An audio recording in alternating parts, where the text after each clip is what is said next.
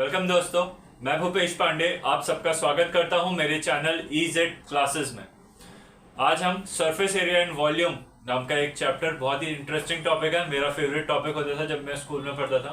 तो ये टॉपिक आज हम स्टार्ट करने जा रहे हैं। आज इसका इंट्रोडक्टरी लेक्चर, पहला lecture surface area and volume, जिसमें हम अलग अलग बॉडीज, क्यूब, क्यूबॉइड, सिलेंडर, कोन, इन सारी बॉडीज का स्फीयर, हेमिस्फीयर, इनका एरिया कैसे निकालते हैं, वॉल्यूम कैसे निकालते हैं, और इस पे बेस्ड न्यूमरस क्वेश्चंस आपके NCERT से, RD शर्मा बुक से जो जो अच्छे क्वेश्चंस आपके एग्जाम्स में बन सकते हैं वो सारे विद ऑल द कंसेप्ट। एक एक बॉडी को, जो हमारा ऑब्जेक्ट होगा उसको मैं पूरा ओपन करके आपको दिखाऊंगा कि किस तरह से उसके सरफेस एरिया, उसके वॉल्यूम का, उसके लेटरल सरफेस एरिया का, कर्व सरफेस एरिया का हम फॉर्मूला निकालते हैं, कैसे वो डिराइव होता है, और हम उसके क्या क्या क्वेश्चंस बन सकते हैं, क्या क्या वेरिएशंस हो सकते हैं, ये पूरा डिटेल मैं आपको सिखाऊंगा। और इस गारंटी के साथ कि शायद ही इससे बेहतर वीडियो आपको कहीं और मिलेगा। तो चलिए स्टार्ट करते हैं हम आज का लेक्चर।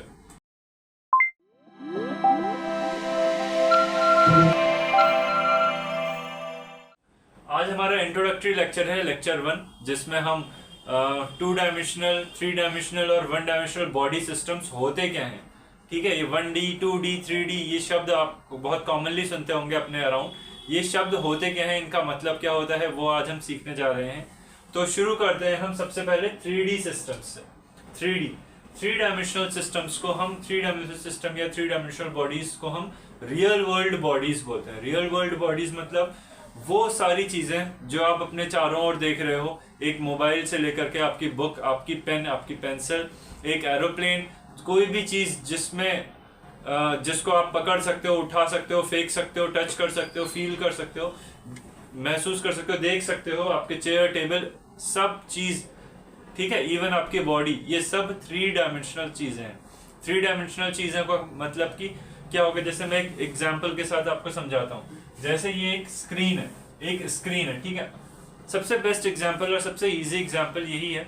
आपने 2 डायमेंशनल मूवीज और 3 डायमेंशनल मूवीज सुना होगा ना, बहुत कॉमन सा चीज है। हम 3D मूवी देखने जा रहे हैं, जब आपको ग्लासेस दिए जाते हैं और आप 3D मूवीज देखते हो, आपने में से कईयों ने देखा होगा। 2 डायमेंशनल मूवीज आप नॉर्मल सिनेमाज में नॉर्मल मूवीज देखते हो, तो क्या डिफरेंस होता है 2D मूवी और 3D मूवी में। आप ये डिफरेंस अगर समझो तो मूवी के कंसेप्ट से भी आप इस कंसेप्ट को समझ सकते हो। जब आप एक 3D मूवी देखते हो तब आपको ऐसा लगता है कि जो जैसे मान लीजिए आप सिनेमा हॉल में हो और ये सिनेमा का एक स्क्रीन है, ठीक है, यहाँ पर सारी पब्लिक बैठी है, चेयर है और ये आप देख रहे हो। तो जो 3D मूवीज होती हैं उसमें आपको ऐसा फील होता है कि कोई चीज सिर्फ और सिर्फ स्क्रीन पे ना आकर के वो स्क्रीन से बाहर की दुनिया में चल रही है। ठीक है, जब एक ऐसे सिस्टम की बात करी जाए जो सिर्फ एक पर्दे पर या एक स्क्रीन पर ना हो, बल्कि उसमें कुछ हाइट हो जाए, वो बॉडी में सिर्फ लेंथ, जैसे ये स्क्रीन है, इसमें एक लेंथ है और एक विड्थ है, लेंथ और विड्थ के साथ साथ अगर बॉडी में हाइट हो जाए, अगर बॉडी उस स्क्रीन से बाहर आकर के कुछ फंक्शन करने लग जाए, दिखने लग जाए, तब ऐसे सिस्टम्स को आप 3 डायमेंशनल सिस्टम्स बोलते हो। ठीक है, 2 डायमेंशनल मूवीज जो हम नॉर्मल बात कर रहे हैं, 2 डायमेंशनल मूवीज, आपका टीवी स्क्रीन है, आपका एक प्रोजेक्टर की स्क्रीन है, ठीक है, तो वो एक स्क्रीन पे चल रही है, वो मतलब उस सिस्टम से बाहर आती हुई आपको नहीं नजर आ रही है, वो एक स्क्रीन पे चल रही है, वो 2 डायमेंशनल मूवीज होती है। इसी कंसेप्ट को लेकर के हम मैथ्स में आगे बढ़ते हैं। 2 डायमेंशनल बॉडीज क्या होती है, 3 डायमेंशनल बॉडीज क्या होती हैं, 1 डायमेंशनल सिस्टम्स क्या होते हैं। तो 3 dimensional system real world bodies हो गई, जैसे हमारा ये मार्कर हो गया, एक डस्टर हो गया, ये 3 डायमेंशनल बॉडीज हैं। इनमें हाइट है, विड्थ है और डेप्थ है, लेंथ है, ठीक है, ये सारी चीजें होगी, वो 3 डायमेंशनल बॉडीज होगी। आप उनको पिक कर सकते हो, उनको थ्रो कर सकते हो, उनको होल्ड कर सकते हो, टच कर सकते हो, ठीक है, तो ये 3 डायमेंशनल बॉडीज होगी। 3 डायमेंशनल बॉडीज को रियल वर्ल्ड बॉडीज इसीलिए बोला जाता है। कुछ एग्जांपल्स 3 डायमेंशनल बॉडीज, मैंने ये कंसेप्ट आपको बता दिया 3D एंड 2D मूवीज का। कुछ examples of bodies, 3 dimensional bodies के कुछ एग्जांपल्स, जैसे एक क्यूब कहलाता है, एक क्यूब एक बॉडी होती है, फिर एक क्यूबॉइड एक बॉडी होती है, ठीक है, एक सिलेंडर, ये स्टैंडर्ड, कुछ स्टैंडर्ड शेप्स हैं, ठीक है, जो ऑब्जेक्ट्स होती हैं वो इनके कॉम्बिनेशन से बनाई जाती हैं, बट कुछ स्टैंडर्ड शेप्स हैं, जैसे क्यूब है, क्यूबॉइड है, सिलेंडर है, ठीक है, उसके बाद कोन है, ठीक है, उसके बाद आपका पिरामिड है, स्फीयर है, ये सारे आपके 3 डायमेंशनल बॉडीज हैं, और भी बहुत सारी बॉडीज हैं। इनके एक बार डायग्राम से आप समझ लीजिए। क्यूब एक इस तरीके का एक बॉक्स होता है, एक इस टाइप का बॉक्स, ये एक क्यूब है। इस क्यूब को, ये मैंने 2 डायमेंशनल रिप्रेजेंटेशन है, बट एक्चुअली में आपको एक क्यूब इस टाइप का दिखेगा। This is a cube. ये एक इस तरीके का बॉक्स, इसको क्यूब कहते हैं। इसकी खासियत ये होती है कि इसकी तीनों साइड, तीनों डायमेंशन, इसकी लेंथ, इसकी विड्थ और इसकी हाइट, इसकी लेंथ, इसकी विड्थ, इसकी हाइट तीनों इक्वल है। ऐसे एक फिगर को हम ऐसे एक फिगर को हमें क्यूब बोला जाता है। उसी तरह ये क्यूब हो गया। क्यूबॉइड एक इस तरीके का बॉडी होता है। ये मैं क्यूबॉइड आपके सामने दिखा रहा हूँ आपको। क्यूबॉइड एक इस तरीके का 3 डायमेंशनल बॉडी है। 3 डायमेंशनल बॉडी क्यों है? इसमें लेंथ है, इसमें विड्थ है और इसमें हाइट है। ठीक है, ये एक 3 डायमेंशनल बॉडी है। तो ये 3 डायमेंशनल बॉडी का एक दूसरा एग्जांपल है क्यूबॉइड। ठीक है, तो ये 2 बॉडीज मैंने आपको शो कर दी। सिलेंडर, एक आपने नॉर्मल अपने घरों में सिलेंडर देखा होगा। तो सिलेंडर एक इस तरीके का एक शेप, इसको सिलेंड्रिकल शेप बोलते हैं। ये मेरा मार्कर सिलेंड्रिकल शेप का है। ठीक है, this is a cylindrical shape. तो 3 डायमेंशनल शेप में एक स्टैंडर्ड शेप सिलेंडर है। कोन, आपने बर्थडे कैप्स देखी होंगी। These figures are called cone। ऐसे फिगर को आप कोन कहते हो। ठीक है, स्फीयर जो आपका बॉल होता है, फुटबॉल, वॉलीबॉल, ठीक है, ये सारा आप स्फेरिकल होता है। कभी आपसे कोई बोले कि इसका शेप क्या है, तो आप ये नहीं बोलो कि this is circle. Circle is a 2 dimensional system, circle नहीं है। अगर आपके पास डेस्क है कोई, ठीक है, जिसको आप उड़न तश्तरी भी बोलते हो हिंदी में, एक डेस्क है, एक प्लेट है, थाली है, आप उससे बोल सकते हो कि this is a 2 dimensional circular shape. ठीक है, लेकिन अगर आपको बॉल दिखाई जाए और आपसे बोला जाए कि इस बॉल का क्या शेप है, तो यू विल नेवर से कि ये सर्कुलर है, दिस इज स्फेरिकल। ठीक है, उसमें एक डेप्थ है, आप उसे होल्ड कर सकते हो, बट आप सर्कल को ऐसे होल्ड नहीं कर सकते, आप बॉल को होल्ड कर सकते हो। ठीक है, sphere is a complete ball. ठीक है, एंड पिरामिड आप जानते हो। ठीक है, पिरामिड इस टाइप के कुछ शेप्स होते हैं। ठीक है, ट्रायंगुलर पिरामिड, स्क्वायर शेप के पिरामिड्स होते हैं। हेमिस्फीयर एक शेप होता है जिसको आप कटोरी जैसा शेप बोलते हो। आपने एक स्फीयर लिया, उसको आधे से काट दिया, तो जो आधी बॉल बची, दैट इज कॉल्ड हेमिस्फीयर। तो these all the bodies are 3 dimensional bodies. ठीक है, इनको रियल वर्ल्ड बॉडीज बोलते हैं, क्योंकि दुनिया में जितनी चीजें होती हैं वो यही 3D चीजें होती हैं। ठीक है, अब हम बात करते हैं, अच्छा अगर दुनिया की सारी चीजें 3 डायमेंशनल चीजें होती हैं, हम 3D सिस्टम्स के बारे में क्या चीज जान सकते हैं, हम इनके बारे में क्या जान सकते हैं? एक तो हम इनके डायमेंशंस, इनकी हाइट, इनका रेडियस, ठीक है, और इनकी साइड लेंथ कितनी है, हम ये जान सकते हैं 3 डायमेंशनल सिस्टम्स। फिर इनका एरिया कितना है, ये कितना एरिया इनका एयर से कांटेक्ट में है, इनको पेंट करेंगे तो कितने एरिया में करना पड़ेगा, हम ये कैलकुलेट कर सकते हैं। और इनका वॉल्यूम, अगर हम इसमें कोई लिक्विड भरें इस सिलेंड्रिकल बाउल में या सिलेंड्रिकल कंटेनर में, तो कितना लिक्विड आ जाएगा या कितना एयर या गैस ये सिस्टम्स होल्ड कर सकते हैं, तो ये वॉल्यूम हम फाइंड कर सकते हैं। तो 3 डायमेंशनल सिस्टम्स में हम क्या क्या फाइंड कर सकते हैं? 3 डायमेंशनल सिस्टम्स में हम पहले उसकी लेंथ, विड्थ, हाइट, रेडियस, ठीक है, ये सारा फाइंड कर सकते हैं, उसका सरफेस एरिया फाइंड कर सकते हैं और उसका वॉल्यूम फाइंड कर सकते हैं। ठीक है, तो 3 डायमेंशनल सिस्टम का इंट्रोडक्शन मैंने आपको बोल दिया। और ये दुनिया में जितनी चीजें हैं, आपके मोबाइल फोन से लेकर के, पेंसिल से लेकर के, कोई भी चीज, इवन आपकी body, this is a 3 dimensional system. इसमें कुछ लेंथ है, कुछ विड्थ है और कुछ हाइट है या डेप्थ है, ठीक है, कुछ रेडियस है। तो ऐसी सारी बॉडीज जो रियल वर्ल्ड में आपको दिखती हैं, इवन योर पेपर भी actually is a 3 dimensional body. ठीक है, चलो अब बात करते हैं, अगर real world bodies 3 dimensional systems होती हैं, तो ये 2 डायमेंशनल सिस्टम सर क्या चीज है, ये 2 डायमेंशनल सिस्टम क्या है, और उसके बाद हम पढ़ेंगे कि 1 डायमेंशनल चीजें क्या होती हैं। तो 3 डायमेंशनल सिस्टम के बाद अब हम पढ़ने जा रहे हैं कि 2 डायमेंशनल सिस्टम क्या होता है, 2 डायमेंशनल बॉडीज क्या होता है। और इसको समझाने के लिए एक बेस्ट एग्जाम्पल मैं आपको ले रहा हूँ एक पेपर से। ठीक है, दिस इज अ पेपर। ठीक है, अब आप बोलोगे सर ये रियल वर्ल्ड बॉडी है, this is a real world body, तो this should be 3 dimensional body, आप इसको 2 डायमेंशनल क्यों बोल रहे हो? ठीक है, आप इसको 2 डायमेंशनल क्यों बोल रहे हो? और वेरी गुड क्वेश्चन। अब आप मेरी बात ध्यान से सुनो। जैसे ये पेपर है, ठीक है, दिस इज अ पेपर। अब इस पेपर में एक लेंथ है, ये इसकी लंबाई है, this is length, this is width, ये इसकी चौड़ाई है पेपर की। अच्छा, अगर मैं आपसे पूछूं क्या ये पेपर कुछ थिक भी है, क्या इस पेपर की कुछ मोटाई भी है, आप बोलोगे कि हाँ होगी, बहुत कम। ठीक है, जो कि बहुत कम है इसकी, लेकिन मोटाई है। ऐसा नहीं है कि इसकी मोटाई 0 है, इट हैज सम थिकनेस, ठीक है, it has some thickness, we can not say its thickness is 0। भले ही वो जो बहुत कम वाली चीज है वो इतनी कम है कि हम उसको नॉर्मल अपने इंस्ट्रूमेंट से मेजर भी नहीं कर सकते, लेकिन फिर भी इसमें कुछ ना कुछ थिकनेस है। तो एक तरह से ये एक क्यूबॉइड है, रियल वर्ल्ड बॉडी एक तरह से ये क्यूबॉइड है। बट अगर हम इसकी लेंथ और इसकी विड्थ के कंपेयर में इसकी थिकनेस को मेजर करें तो इसकी थिकनेस ना के बराबर है, 0 नहीं है बट निग्लेजेबल है, लगभग 0 है, ठीक है। और हमें इसके मोटाई की उतनी जरूरत नहीं पड़ रही है क्योंकि हमें लिखना है, हमें हमारा काम लिखने का है, ठीक है। तो इसका यूज, इसके यूज में हमें इसकी लेंथ और इसकी विड्थ की जरूरत पड़ती है, इसकी थिकनेस की उतनी जरूरत नहीं पड़ती है, हम इसकी थिकनेस को इग्नोर कर सकते हैं, ठीक है। Actually this is a 3D body, but जब हम उसके कोई एक डायमेंशन को इग्नोर कर दें या उसकी हमें जरूरत ना पड़े या वो उतना इंपॉर्टेंस ना रखे, तब ऐसे सिस्टम में सिर्फ 2 ही डायमेंशन डोमिनेंट या मेन डायमेंशंस होते हैं और ये एक 2 डायमेंशनल फिगर की तरह बिहेव करता है और हम बोलते हैं this is a rectangular paper, ठीक है। तो जितने शेप्स हम पढ़ते हैं, square, rectangle, triangle, circle, circle, उसके बाद या कोई भी और पॉलीगन जिसमें हमारा हेक्सागन, ठीक है, हमारा हेक्सागन आ सकता है, पेंटागन आ सकता है या कोई भी ऑक्टागन आ सकता है या कोई भी फिगर इस तरीके का, वो एक पॉलीगन हो गया, ठीक है।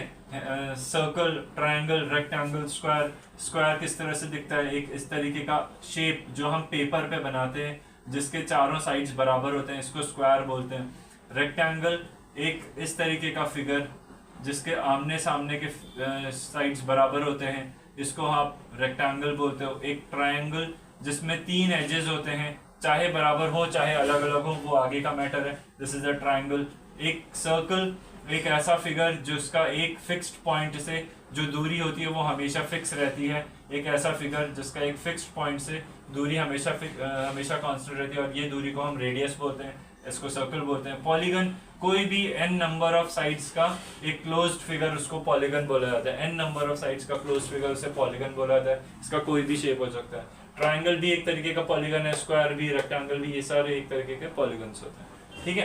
तो 2 डायमेंशनल सिस्टम्स ये कहलाते हैं। 3 डायमेंशनल चीजें रियल वर्ल्ड चीजें होती हैं, इनमें 2 डायमेंशनल सिस्टम्स में लेंथ होगी, विड्थ होगी, मगर कोई हाइट नहीं होगी। और अभी आप समझो कि अगर ये रेक्टेंगल में एक हाइट आ जाए और ये रेक्टेंगल उभर के इस बोर्ड से बाहर आ जाए और ये एक डस्टर की तरह बन जाए, ठीक है। इस डस्टर और इस रेक्टेंगल में सिर्फ इतना फर्क है, this is a 2 dimensional system and this is a 3D system.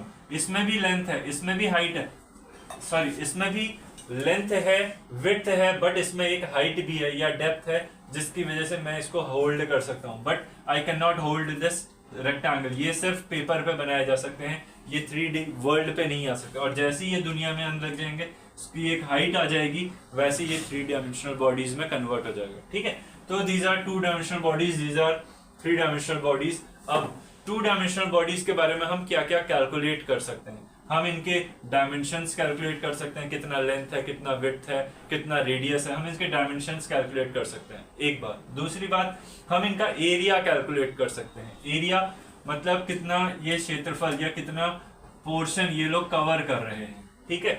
अब इसका प्रैक्टिकल एप्लीकेशन क्या है सर? प्रैक्टिकल एप्लीकेशन आप ऐसे समझो, आपने एक जमीन खरीदी जिसमें आपको अपना घर बनाना है, तो जब भी आप जमीन खरीदते हो तो आप उसका एरिया देखते हो कि कितने एरिया की जमीन है, ठीक। Area is a 2 dimensional system. Area आप 2 डायमेंशनल सिस्टम को देख करके ले रहे हो। आप कोई शर्ट बनानी है, कोई पैंट बनानी है, आप उसका कपड़ा लेते हो, तो कपड़ा कुछ उसकी लेंथ होती है, कुछ उसकी विड्थ होती है, ठीक है। तो आप उसका एरिया ले रहे हो। आपने एक हैंकी देखी, अगर हैंकी है तो it has a 2 dimensional shape.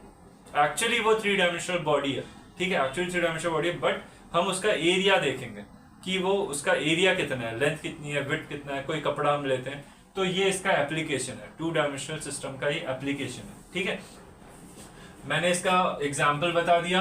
Real world bodies में हम क्या क्या इसका प्रैक्टिकल एप्लीकेशन है वो आपको बता दिया। तो आपको 2 डायमेंशनल सिस्टम, 3 डायमेंशनल सिस्टम मैंने अच्छे से एक्सप्लेन कर दिया। और अब मैं आपको एक्सप्लेन करने जा रहा हूँ कि 1 डायमेंशनल सिस्टम क्या होता है। देखो, मैंने पहले ही बोला था कि दुनिया में जितनी चीजें एग्जिस्ट करती हैं वो सारी 3 डायमेंशनल चीजें हैं। अगर 3 डायमेंशनल चीजों में से जो 3 डायमेंशन बॉडी में है उनमें से अगर एक डायमेंशन सिग्निफिकेंट नहीं है, हमारे लिए काम की नहीं है, या उतनी इंपॉर्टेंस नहीं है, या बाकी 2 डायमेंशन के मुकाबले वो ना के बराबर छोटी है, तो हम उसे इग्नोर कर देते हैं और वो एक 2 डायमेंशनल सिस्टम बन जाता है। उस 2 डायमेंशनल सिस्टम में लेंथ और विड्थ है, ठीक है। अब अगर हम उस 2 डायमेंशनल सिस्टम में भी एक और डायमेंशन आ जाती है जो कि फिर नेग्लिजिबल है या हमें उसकी इंपॉर्टेंस नहीं है, तो सिर्फ हमारे पास एक सिंगल डायमेंशन रह जाती है, that is 1 dimensional system, 1D। 1 dimensional system का मतलब ऐसे चीजें जिसमें सिर्फ एक लेंथ रह जाती है, इसमें कोई एरिया नहीं कैलकुलेट कर सकते आप, इसका कोई वॉल्यूम कैलकुलेट नहीं कर सकते हैं आप। 2 डायमेंशनल सिस्टम का वॉल्यूम क्यों नहीं कैलकुलेट कर सकते? मान लीजिए आपने एक स्क्वायर बनाया, आप इसका वॉल्यूम नहीं कैलकुलेट कर सकते। क्यों? क्योंकि ये एक 2 डायमेंशनल सिस्टम है। आपने पेपर में स्क्वायर बनाया, उसके ऊपर पानी डाल के देखो कितना पानी वो पकड़ सकता है, होल्ड कर सकता है। वो तो कुछ नहीं होल्ड कर पाएगा। आप ऐसे ऐसे करो वो पानी सारा बह जाएगा। तो कोई वो अपने अंदर कुछ होल्ड नहीं कर सकता। It is a 2 dimensional system, उसमें कोई हाइट नहीं है, ठीक है। वॉल्यूम तो तब वो पकड़ेगा जब उसमें कुछ हाइट आएगी। इसलिए 2 डायमेंशनल सिस्टम का एरिया नहीं, 2 डायमेंशनल सिस्टम का वॉल्यूम नहीं निकाला जा सकता। 1 डायमेंशनल सिस्टम का ना वॉल्यूम निकाल सकते हो ना ही इनका एरिया निकाल सकते हो। 1 डायमेंशनल सिस्टम में आप सिर्फ इसकी लेंथ या डिस्टेंस इसको नाप सकते हो, ठीक है। प्रैक्टिकल एप्लीकेशन क्या है इसका, हम रियल वर्ल्ड में कहाँ इस्तेमाल करते हैं? आपने कोई लाइन बनाई है, तो ये लाइन कितनी लंबी है, दिस इज, ये आप इसकी लेंथ, अगर कोई लाइन है तो आप उसकी लेंथ निकालते हो, तो वो लेंथ इज जस्ट 1 डायमेंशन। आप बोलते हो इसकी length 5 metre, 5 centimetre, 3 centimetre, 2 mm, ठीक है, कुछ ऐसा आप इसमें बता दो। आप सिर्फ एक बात बता दो, तो this is a 1 dimension system. अगर मैं बोलूं कि अर्थ से जो है वो सन तक की डिस्टेंस कितनी है, जो डिस्टेंस आप नाप रहे हो, आप स्ट्रेट लाइन पे नापोगे, तो that is a 1 dimensional system.